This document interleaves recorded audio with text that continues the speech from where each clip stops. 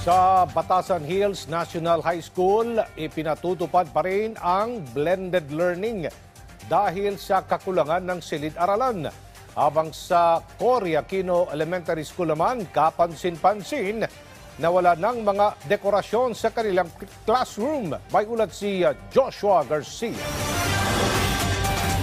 Dagsa ang nasa 18,000 estudyante sa unang araw ng pasukan sa Batasan Hills National High School. Ang paaralan may pinakamalaking populasyon sa Quezon City at nadagdagan pa ng nasa 400 estudyante. Kaya maliban sa shifting schedule ng klase, ipinatutupad pa rin ang blended learning. As of August 24, yung data namin ay 18,302. So mas malaki ito ng 400 nung last year kasi nung last year meron kaming 17,900 students. Aside from that, meron kaming blended na sinasabing 3 days ang bata nasa school at 2 days naman nasa bahay. Nakapaghanda naman ng eskwelahan ngayong pasukan, pero hamon pa rin ang kakulangan sa classroom.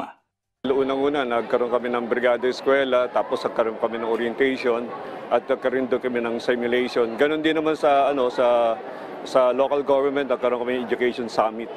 So basically, we are ready for day 1 onwards. Since kulang nga ng room, ang ginawa kagad namin dyan, meron kaming 2 shifts, may pang-umaga sa may pang-hapon. Nasa 300 classroom ang sa Batasan Hills National High School, pero kailangan pa ng karagdagang mahigit 50 classroom upang matugunan ang bilang ng kanilang mga estudyante. Sa Cory Aquino Elementary School naman, mapapansing wala ng classroom decors ang mga silid-aralan na nagustuhan ng ilang estudyante.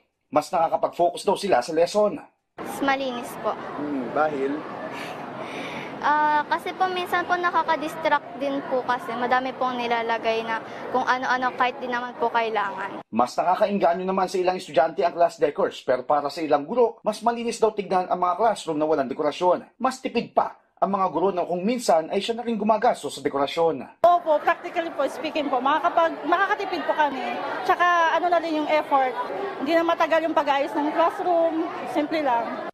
Nagpadala ng dagdag na 500 guro ang QC School Division Office upang makatulong sa Batasan Hills National High School.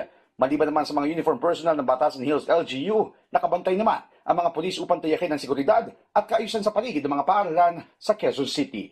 Joshua Garcia, para sa Bayan.